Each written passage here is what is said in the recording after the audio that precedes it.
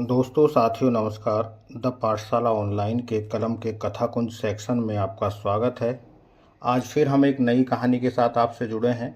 आज की हमारी कहानी है मुंशी प्रेमचंद द्वारा रचित प्रायश्चित। यह कहानी अपराधबोध, पश्चाताप और मानवीय संवेदनाओं का एक मार्मिक चित्रण है। यह कहानी संदेश देती है कि सच्चा प्रायश्चित केवल दिखावा या पूजा पाठ नहीं, बल्कि अपने गलत कर्मों के बदले नेक काम करना है। यह कहानी दर्शाती है कि मदारीलाल ईर्ष्या में आकर अपने दोस्त को धोखा देते हैं, लेकिन जब उन्हें अपनी गलती का एहसास होता है तो वे अपने पूरे जीवन को उस गलती को सुधारने में लगा देते हैं।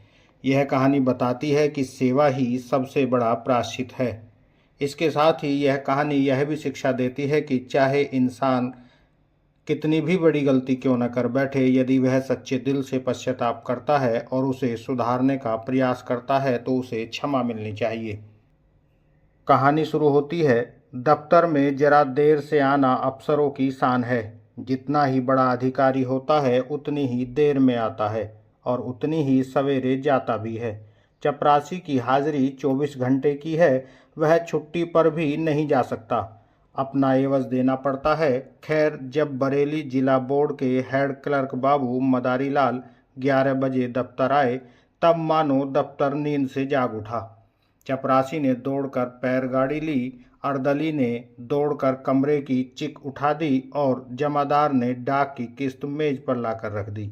मदारीलाल ने पहला ही सरकारी लिफाफा खोला था कि उनका रंग फक हो गया। वे कई मिनट तक आश्चर्यचकित हालत में खड़े रहे, मानो सारी ज्ञानेंद्रियां शिथिल हो गई हों। उन पर बड़े बड़े आघात हो चुके थे, पर इतने बदहवास वे कभी न हुए थे। बात यह थी कि बोर्ड के सेक्रेटरी की जो जगह 1 महीने से खाली थी, सरकार ने सुबोध चंद्र को वह जगह दी थी। सुबोध चंद्र वह व्यक्ति था जिसके नाम से ही मदारीलाल को घृणा थी। वह सुबोध चंद्र जो उनका सहपाठी था, जिससे वह किसी भी तरह से पसंद नहीं करते थे, वही सुबोध आज उनका अफसर होकर आ रहा था। सुबोध की इधर कई साल से कोई खबर न थी।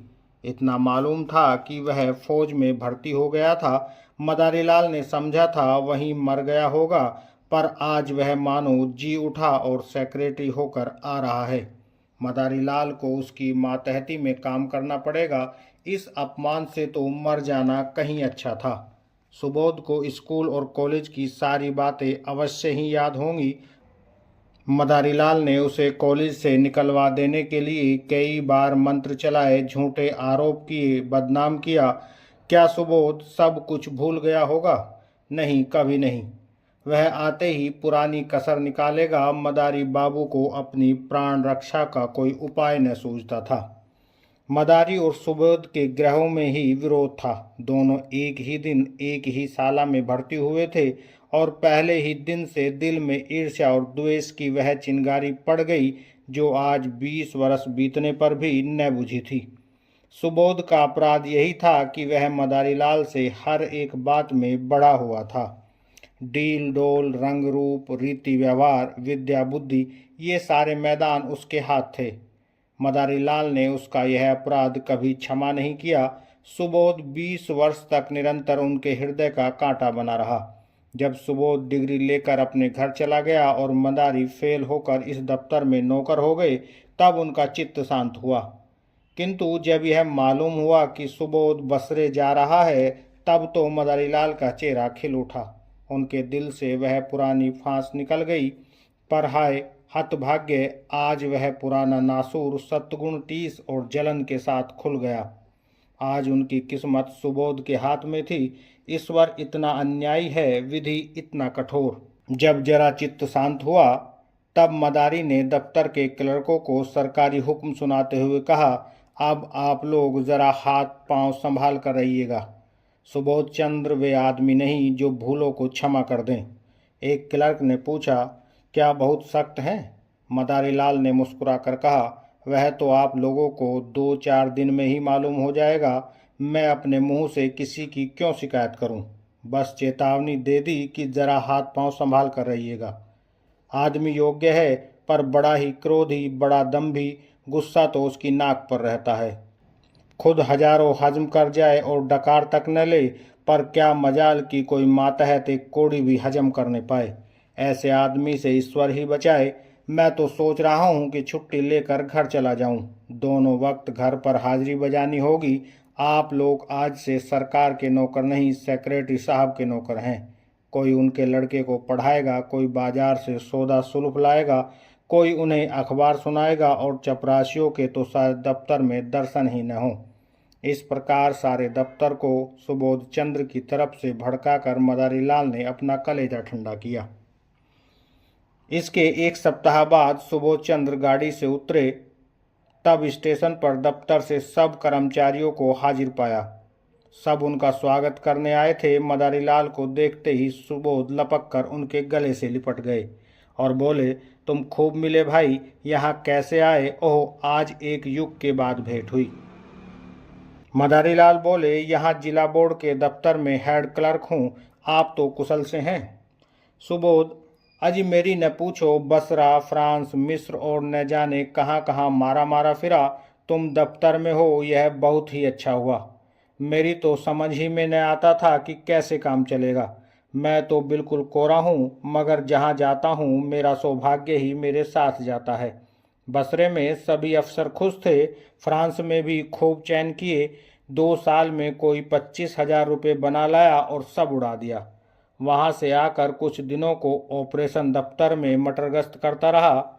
यहाँ आया तब तुम मिल गए क्लर्कों को देखकर। ये लोग कौन हैं? मदारी के हृदय पर बर्छियाँ सी चल रही थी। दुष्ट 25,000 रुपये बसरे में कमा लाया, यहाँ कलम घिसते घिसते मर गए और 500 भी न जमा कर सके। बोले, कर्मचारी हैं, सलाम करने आए हैं।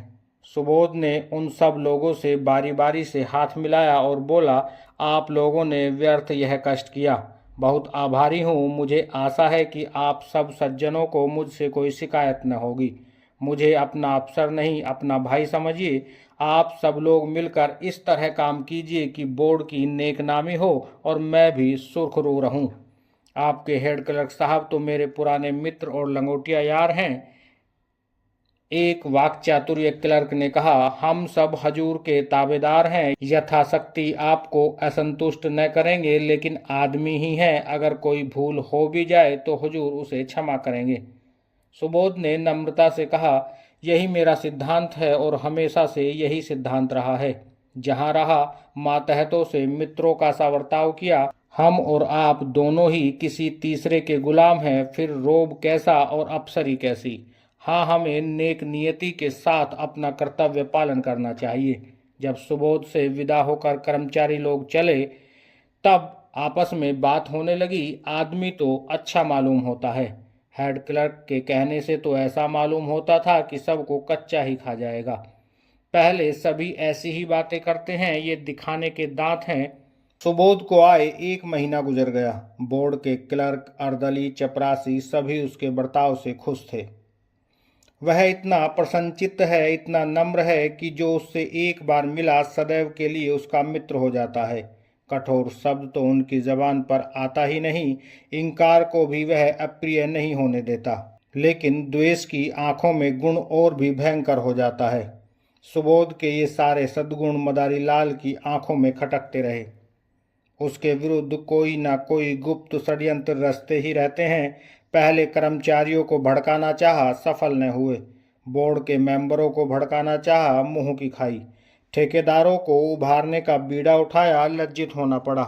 वे चाहते थे कि भूसे में आग लगाकर दूर से तमाशा देखें। सुबोध से यूं हंसकर मिलते हैं, यूं चिकनी चुपड़ी बातें करते मानो उनके सच्चे मित्र हैं, पर घात में लगे रहते। सुबोध में सब गुण थे, पर आदमी पहचानना न जानते थे। वे मदारी लाल को अब भी अपना दोस्त समझते हैं। एक दिन मदारी लाल सेक्रेटरी साहब के कमरे में गए, तब कुर्सी खाली देखी। वे किसी काम से बाहर चले गए थे। उनकी मेज पर 5,000 के नोट पुलिंदों में बंधे हुए रखे थे। बोर्ड के मदरसों के लिए कुछ लकड़ी के सामान बनवाए गए थे, उसी के दाम थे। ठेकेदार वसूली के लिए बुलाया गया था। आज ही सेक्रेटरी साहब ने चेक भेजकर खजाने से रुपए मंगवाए थे। मदारी लाल ने बरामदे में झांक कर देखा, सुबोध का कहीं पता नहीं। उनकी नीयत बदल गई। ईर्ष्या में लोभ का सम्मिश्रण हो गया। कांपते हुए हाथों से पुलिंदा उठाए, पतलून की दोनों जेबों में भरकर तुरंत कमरे से निकले और चपरासी को पुकार कर बोले, बाबूजी भीतर हैं? चपरासी आप ठेकेदार से कुछ वसूल करने की खुशी में फूला हुआ था। सामने वाले तमोली के दुकान से आकर बोला, जी नहीं, कचहरी में किसी से बातें कर रहे हैं, अभी अभी तो गए हैं।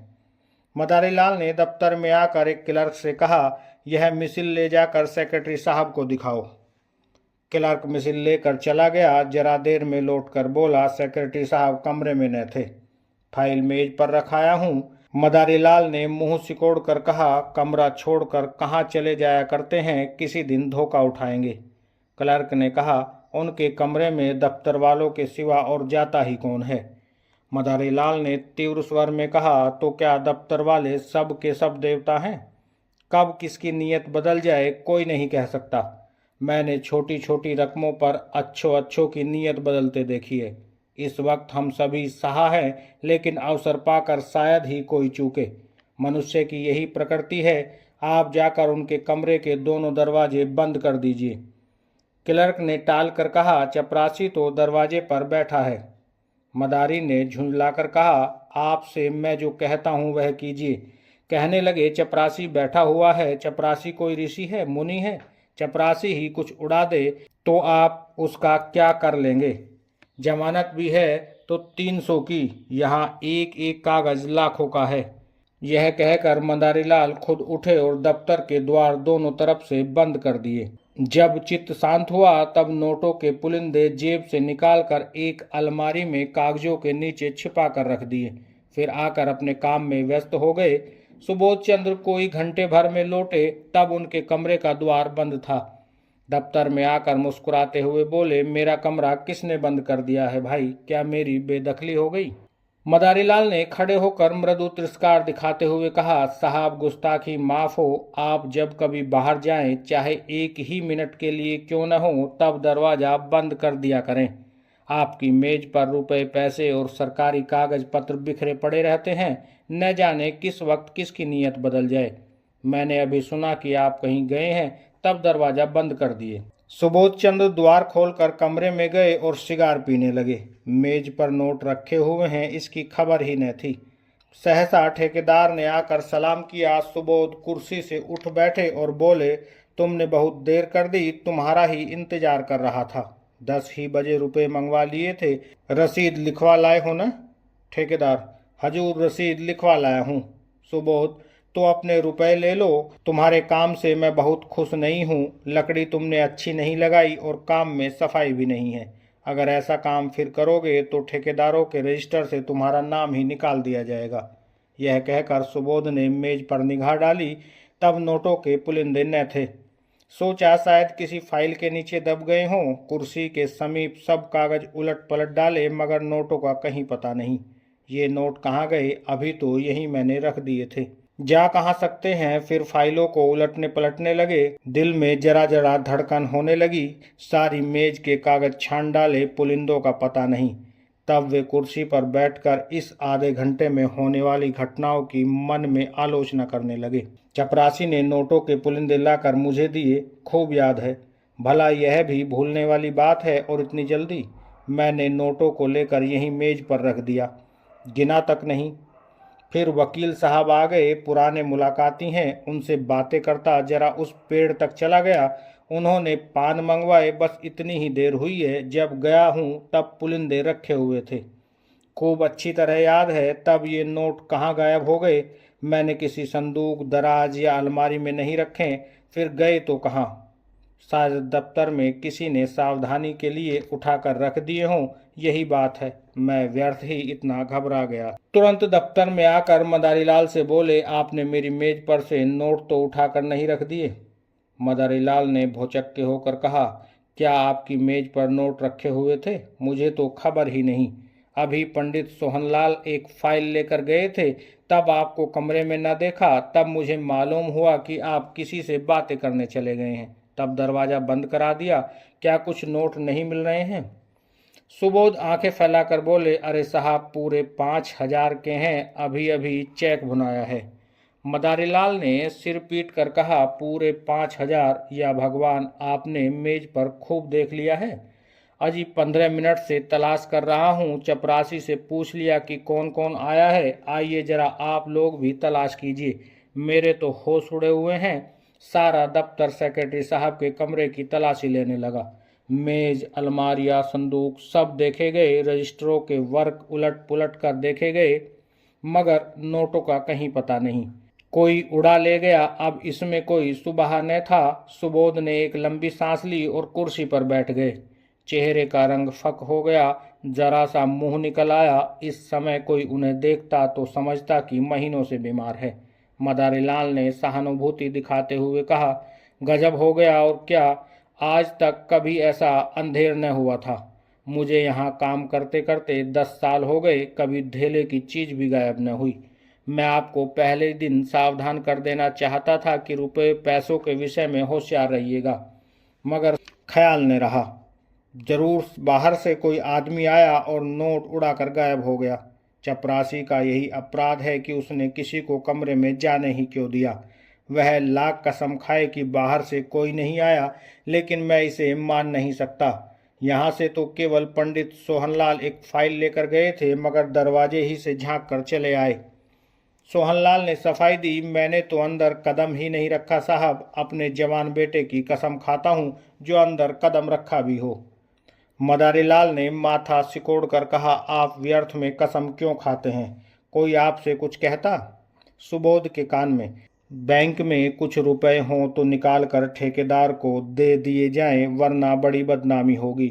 नुकसान तो हो ही गया, अब उसके साथ अपमान क्यों? सुबोध ने करुण स्वर में कहा, बैंक में मुश्किल से 200-400 रुपये होंगे भाईजान। रुपए होते तो क्या चिंता थी। समझ लेता जैसे 25,000 उड़ गए, वैसे ही 30,000 भी उड़ गए। यहाँ तो कफन को भी कोड़ी नहीं। उसी रात को सुबोध चंद्र ने आत्महत्या कर ली। इतने रुपयों का प्रबंध करना उनके लिए कठिन था। मृत्यु के पर्दे के सिवा उन्हें अपनी वेदना, अपनी व्यवस्था को छिपाने की और कोई आड़ न थी। दूसरे दिन प्रातः चपरासी ने मदारीलाल के घर पहुंचकर आवाज दी। मदारी को रात भर नींद न आई थी। घबरा कर बाहर आए। चपरासी उन्हें देखते ही बोला, हुजूर बड़ा गजब हो गया। सेक्रेटरी साहब ने रात को गर्दन पर छुरी फेर ली। मदारीलाल की आंखें ऊपर चढ़ गई, मुंह फैल गया और सारी देह सिहर उठी, मानो उनका हाथ बिजली के तार पर पड़ गया हो। छुरी फेर ली? जी हाँ, आज सवेरे मालूम हुआ पुलिस वाले जमा हैं, आपको बुलाया है। लाश अभी पड़ी हुई है? जी हाँ, अभी डॉक्टरी होने वाली है। बहुत से लोग जमा हैं, सब बड़े बड़े अफसर जमा हैं। हजूर, लाश की ओर ताकते नहीं बनता। कैसा भला मानुस हीरा आदमी था। सब लोग रो रहे हैं। छोटे छोटे 2 बच्चे हैं, एक सयानी लड़की है ब्याहने लायक। बहू जी को लोग कितना रोक रहे हैं, पर वह बार बार दौड़कर लाश के पास आ जाती है। कोई ऐसा नहीं जो रुमाल से आंखें न पोंछ रहा हो। अभी इतने ही दिन आए हुए, पर सबसे कितना मेल जोल हो गया था। रुपए की तो कभी परवाह ही नहीं थी। दिल दरियाव था। मदारीलाल के सिर में चक्कर आने लगा। द्वार की चौखट पकड़कर अपने को संभाल न लेता तो शायद गिर पड़ता। पूछा, बहू जी बहुत रो रही थी? कुछ न पूछिए हजूर, पेड़ की पत्तियां झड़ी जाती हैं, आंख फूल कर गूलर हो गई हैं। कितने लड़के बतलाए तुमने? हुजूर 2 लड़के और 1 लड़की। नोटों के बारे में भी बातचीत हो रही होगी? जी हाँ, सब लोग यही कहते हैं कि दफ्तर के किसी आदमी का काम है। दरोगा जी तो सोहनलाल को गिरफ्तार करना चाहते थे, पर शायद आपसे सलाह लेकर करेंगे। सेक्रेटरी साहब तो लिख गए हैं कि मेरा किसी पर शक नहीं। नहीं तो अब तक तहलका मच जाता, सारा दफ्तर फंस जाता। क्या सेक्रेटरी साहब कोई खत लिखकर छोड़ गए हैं? हाँ, मालूम होता है। छुरी चलाते बखत याद आई कि सुबह में दफ्तर के सब लोग पकड़ लिए जाएंगे। बस कलेक्टर साहब के नाम चिट्ठी लिख दी। चिट्ठी में मेरे बारे में भी कुछ लिखा है, तुम्हें कुछ मालूम है क्या? हुजूर, अब मैं क्या जानूं, मगर इतना सब लोग कहते हैं कि आपकी बड़ी तारीफ लिखी है। मदारीलाल की सांस और तेज हो गई, आंखों से आंसू की 2 बड़ी बड़ी बूंदें गिर पड़ी। आंखें पोंछते हुए बोले, वे और मैं एक साथ के पढ़े हुए थे। नंदू 8-10 साल साथ रहा। साथ उठते बैठते, साथ खाते, साथ खेलते, बस इसी तरह रहते थे जैसे दो सगे भाई रहते हों। खत में मेरी क्या तारीफ लिखी है, मगर तुम्हें क्या मालूम होगा। आप तो चल ही रहे हैं, देख लीजिए। कफन का इंतजाम हो गया? नहीं हुजूर, कहा न कि अभी लाश की डॉक्टरी होगी। मुदा अब जल्दी चलिए, ऐसा न हो कोई दूसरा आदमी बुलाने आता हो। हमारे दफ्तर के सब लोग आ गए होंगे? जी हाँ, इस मोहल्ले वाले तो सभी थे। पुलिस ने मेरे बारे में तो उनसे कुछ पूछताछ नहीं की? जी नहीं, किसी ने भी नहीं। मदारीलाल जब सुबोध चंद्र के घर पहुंचे तब उन्हें ऐसा मालूम हुआ कि सब लोग उनकी तरफ संदेह की आंखों से देख रहे हैं। पुलिस इंस्पेक्टर ने तुरंत उन्हें बुलाकर कहा, आप भी अपना बयान लिख दें। और सबके बयान तो लिख चुका हूं। मदारीलाल ने ऐसी सावधानी से अपना बयान लिखाया कि पुलिस के अफसर भी दंग रह गए। उन्हें मदारीलाल पर सुबह होता था, पर इस बयान ने उसका अंकुर भी निकाल डाला। इसी वक्त सुबोध के दोनों बालक रोते हुए मदारीलाल के पास आ गए और कहा, चलिए, आपको अम्मा बुलाती है। दोनों मदारीलाल से परिचित थे। मदारीलाल यहाँ तो रोज ही आते थे, पर घर में कभी नहीं गए थे। सुबोध की स्त्री उनसे पर्दा करती थी। यह बुलावा सुनकर उनका दिल धड़क उठा, कहीं इसका मुझ पर शुभा न हो, कहीं सुबोध ने मेरे विषय में कोई संदेह न प्रकट किया हो। कुछ झिझकते और कुछ डरते हुए भीतर गए। तब विधवा का करुण विलाप सुनकर कलेजा कांप उठा। इन्हें देखते ही उस अबला के आंसुओं का कोई दूसरा सोता खुल गया और लड़की तो दौड़कर इनके पैरों में लिपट गई। दोनों लड़कों ने भी घेर लिया। मदारीलाल को उन तीनों की आंखों में ऐसी अथाह वेदना, ऐसी विदारक याचना भरी हुई मालूम हुई कि वे उनकी ओर देख न सके। उनकी आत्मा उन्हें धिक्कारने लगी। जिन बेचारों को उन पर इतना विश्वास, इतना भरोसा, इतनी आत्मीयता, इतना स्नेह था, उन्हीं की गर्दन पर उन्होंने छुरी फेरी। उन्हीं के हाथों पर यह भरा पूरा परिवार धूल में मिल गया। इन असहायों का अब क्या हाल होगा। लड़की का विवाह करना है, कौन करेगा? बच्चों के लालन पालन का भार कौन उठाएगा? मदारीलाल को इतनी आत्मग्लानि हुई कि उनके मुंह से तसल्ली का एक शब्द भी न निकला। उन्हें ऐसा जान पड़ा कि मेरे मुख में कालिख पुती है, मेरा कद कुछ छोटा हो गया है। उन्होंने जिस वक्त नोट उड़ाए थे, उन्हें गुमान भी न था कि उसका यह फल होगा। वे केवल सुबोध की जांच करना चाहते थे, उनका सर्वनाश करने की इच्छा न थी। शोकातुर विधवा ने सिसकते हुए कहा, भैया जी, हम लोगों को वे मझधार में छोड़ गए। अगर मुझे मालूम होता कि मन में यह बात ठान चुके हैं तो अपने पास जो कुछ था वह सब उनके चरणों पर रख देती। मुझसे तो वह यही कहते रहे कि कोई न कोई उपाय हो जाएगा। आप ही के मार्फत वे कोई महाजन ठीक करना चाहते थे। आपके ऊपर उन्हें कितना भरोसा था कि कह नहीं सकती। मदारीलाल को ऐसा मालूम हुआ कि कोई उनके हृदय पर नस्तर चला रहा है। उन्हें अपने कंठ में कोई चीज फंसी हुई जान पड़ती थी।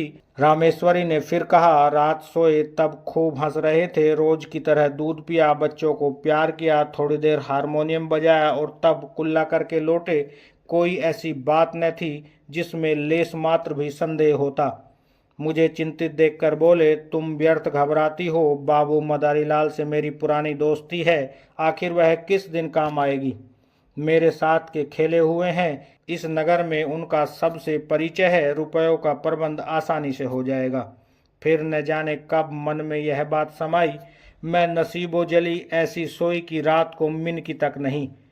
क्या जानती थी कि वे अपनी जान पर खेल जाएंगे। मदारीलाल को सारा विश्व आंखों में तैरता हुआ मालूम हुआ। उन्होंने बहुत जब्त किया, मगर आंसुओं के प्रभाव को न रोक सके। रामेश्वरी ने आके पहुंचकर फिर कहा, भैया जी, जो कुछ होना था वह तो हो चुका, लेकिन आप उस दुष्ट का पता जरूर लगाइएगा जिसने हमारा सर्वनाश कर दिया। यह दफ्तर ही के किसी आदमी का काम है। वे तो देवता थे, मुझसे यही कहते रहे कि मेरा किसी पर संदेह नहीं, पर है यह किसी दफ्तर वाले का ही काम। आपसे केवल इतनी विनती करती हूँ कि उस पापी को बचकर न जाने दीजिएगा। पुलिस वाले शायद कुछ रिश्वत लेकर उसे छोड़ दें। आपको देखकर उनका यह हौसला न होगा। अब हमारे सिर पर आपके सिवा कौन है, किससे अपना दुख कहें। लाश की यह दुर्गति होनी भी लिखी थी। मदारीलाल के मन में एक बार ऐसा उबाल उठा कि सब कुछ खोल दें, साफ कह दे। मैं ही वह दुष्ट, वह अधम, वह पापी हूँ। विधवा के पैरों पर गिर पड़े और कहे, वही छुरी इस हत्यारे की गर्दन पर फेर दो। पर जबान न खुली। इसी दशा में बैठे बैठे उनके सिर में ऐसा चक्कर आया कि वे जमीन पर गिर पड़े। तीसरे पहर लाश की परीक्षा समाप्त हुई। अर्थी जलाशय की ओर चली। सारा दफ्तर, सारे हुक्काम और हजारों आदमी साथ थे। दाह संस्कार लड़कों को करना चाहिए था, पर लड़के नाबालिग थे, इसलिए विधवा चलने को तैयार हो रही थी कि मदारीलाल ने जाकर कहा, बहू जी, यह संस्कार मुझे करने दो। तुम क्रिया पर बैठ जाओगी तो बच्चों को कौन संभालेगा? सुबोध मेरे भाई थे, जिंदगी में उनके साथ कुछ सलूक न कर सका, अब जिंदगी के बाद मुझे दोस्ती का कुछ हक अदा कर लेने दो। आखिर मेरा भी तो उन पर कुछ हक था। रामेश्वरी ने रोकर कहा, आपको भगवान ने बड़ा उदार हृदय दिया है भैया जी, नहीं तो मरने पर कौन किसको पूछता है। दफ्तर के और लोग जो आधी आधी रात तक हाथ बांधे खड़े रहते थे, झूठो बात पूछने न आए कि जरा ढांढस होता। मदारीलाल ने दाह संस्कार किया। 13 दिन तक क्रिया पर बैठे रहे। 13वें दिन पिंडदान हुआ। ब्राह्मणों ने भोजन किया, भिखारियों को अन्नदान दिया गया, मित्रों की दावत हुई और यह सब कुछ मदारीलाल ने अपने खर्च से किया।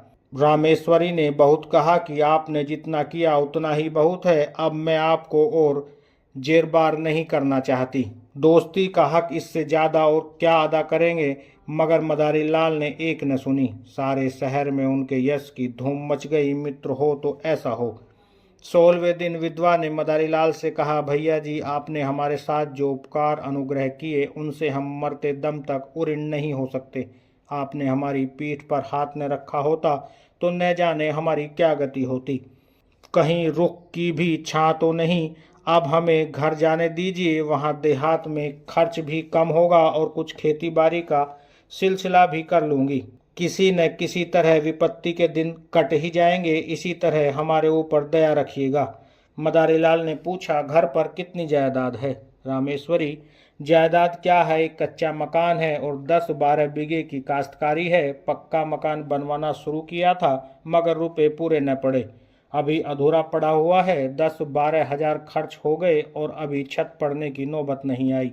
मदारी, कुछ रुपए बैंक में जमा है या बस खेती ही का सहारा है? विधवा, जमा तो एक पाई भी नहीं है भैया जी, उनके हाथ में रुपए रहने ही नहीं पाते थे, बस वही खेती का सहारा है। मदारी, तो उन खेतों में इतनी पैदावार हो जाएगी कि लगान भी अदा हो जाए और तुम लोगों की गुजर बसर भी हो। रामेश्वरी, और कर ही क्या सकते हैं भैया जी, किसी न किसी तरह जिंदगी तो काटनी ही है। बच्चे न होते तो मैं जहर खा लेती। मदारीलाल, और अभी बेटी का विवाह भी तो करना है। विधवा, उसके विवाह की अब कोई चिंता नहीं, किसानों में ऐसे बहुत से मिल जाएंगे जो बिना कुछ लिए दिए विवाह कर लेंगे। मदारीलाल ने एक क्षण सोचकर कहा, अगर मैं कुछ सलाह दूं तो उसे मानेंगी आप? रामेश्वरी, भैया जी, आपकी सलाह न मानूंगी तो किसकी सलाह मानूंगी और दूसरा है ही कौन? मदारीलाल, तो आप अपने घर जाने के बदले मेरे घर चलिए। जैसे मेरे बाल बच्चे रहेंगे वैसे ही आपके भी रहेंगे, आपको कष्ट न होगा। ईश्वर ने चाहा तो कन्या का विवाह भी किसी अच्छे कुल में हो जाएगा। विधवा की आंखें सजल हो गई, बोली, मगर भैया जी सोचिए। मदारीलाल ने बात काट कर कहा, मैं कुछ न सोचूंगा और न ही कोई उज्र सुनूंगा। क्या 2 भाइयों के परिवार एक साथ नहीं रहते? सुबोध को मैं अपना भाई समझता था और हमेशा समझूंगा। विधवा का कोई उज्र न सुना गया। मदारीलाल सबको अपने साथ ले गए और आज 10 साल से उनका पालन कर रहे हैं। दोनों बच्चे कॉलेज में पढ़ते हैं और कन्या का एक प्रतिष्ठित कुल में विवाह हो गया। मदारीलाल और उनकी स्त्री तन मन से रामेश्वरी की सेवा करते हैं और उनके इशारों पर चलते हैं। मदारीलाल सेवा से अपने पाप का प्रायश्चित कर रहे हैं। और यहीं कहानी समाप्त हो जाती है। दोस्तों, साथियों, अगर ये कहानी आपको पसंद आई हो तो इसे लाइक करें, हमारे चैनल को सब्सक्राइब करें। आगे फिर एक नई कहानी के साथ आपसे जुड़ते हैं, तब तक के लिए दीजिएगा इजाज़त। जय हिंद, जय भारत।